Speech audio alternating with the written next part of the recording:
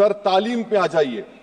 Economic survey जो recently ले हुआ है इस हाउस में, जिसमें डेटा ये बताता है कि स्कूल रिटेंशन क्लास 1 to 10 63.8 और हायर सेकेंडरी में क्लास 1 to 12 45.6।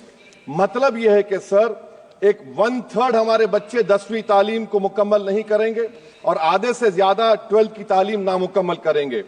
लगता है कि देश के प्रधानमंत्री इनको एग्जाम वॉरियर बनाने का जो नारा लगाते हैं, वो नहीं चाहते कि नौजवान तालीम याफ्ता बने, बल्कि सिर्फ चाहते हैं कि गरीब और मायूस नौजवान उनकी जलसों जनसभाओं में यहाँ शिरकत करें, उनके लिए जिंदाबाद के नारे लगाएं और खुद की जिंदगी और मुस्तकबिल को मुर्दा कर दें। सर सच्चाई यह है कि हमारे नौजवानों का एक बहुत बड़ा तबका बेसिक मैथमेटिक्स पढ़ नहीं सकता और अपनी मादरी जबान में एक जुमला नहीं लिख सकता। सर जो सौतेला तासुब रवैया अक़लियतों के साथ हुकूमत कर रही है, इसकी मिसाल यह है कि वजारत अक़लियती बहबूद का बजट पिछले साल से कम हो गया है। सर मैं एग्जाम्पल दे रहा हूं आपको, जो pre matric, post matric, MANF, free coaching, interest subsidy education loan है, एलोकेशन फॉर एजुकेशन एम्पावरमेंट में जबरदस्त कमी आई है। सर पिछले साल 1575 करोड़ था सर, इस साल 678 करोड़ कर दिया गया है। सर सेंट्रल सेक्टर की जो स्कीम्स है, जिसमें education, empowerment, skill development, PM विकास है, 2024 में 2120 करोड़ में से सिर्फ 770 खर्चा किए गए। सर 2025-26 में उसको 1237 करोड़ कर दिया गया। सर ये सरकार अक़लियतों को और खास तौर से मुसलमानों को मुकम्मल नजरअंदाज कर दी गई है। प्री मैट्रिक स्कॉलरशिप सर पिछले साल 326 करोड़ में से 90 करोड़ रुपए खर्चा किए गए। पोस्ट मैट्रिक में इस साल 65% कमी कर दी गई, सिर्फ 413 करोड़। मेरिट कम मीन सर 33 करोड़ से 7 करोड़ कर दिया गया है।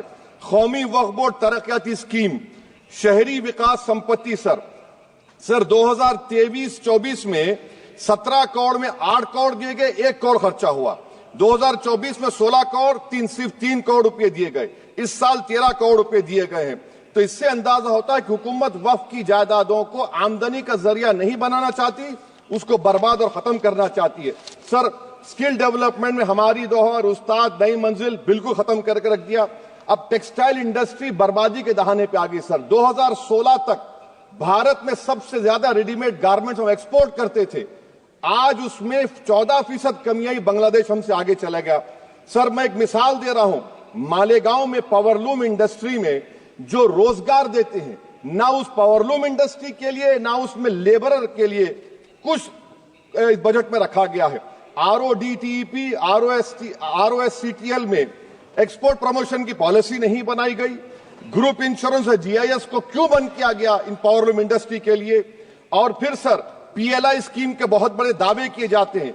ये PLI स्कीम प्रो कॉर्पोरेट है, जबकि इसको प्रो माइक्रो होना चाहिए था। मालेगांव की पावरलूम इंडस्ट्री के लिए इंफ्रास्ट्रक्चर डेवलपमेंट है। ये तासुब और सौतेला सुलूक मालेगांव पावरलूम और इंडस्ट्री से कब तक चलेगा? सर डेडलाइन, मोदी जी ये गवर्नमेंट डेडलाइन देती है। मेक इन इंडिया का वादा था सर 100 मिलियन जॉब्स, 12 से 14% ग्रोथ। हकीकत क्या है सर? सिर्फ 6% ग्रोथ है। मैन्युफैक्चरिंग एम्प्लॉयमेंट में सर 12.6 2011-12 में था, वो गिरकर 11.4 हो गया 2022-23 में। सर इकोनॉमिक यूरोपियन यूनियन की policy on carbon border adjustment mechanism, EU deforestation regulation, ये कहता है इसके ऊपर भारत का बहुत बुरा असर पड़ने वाला है।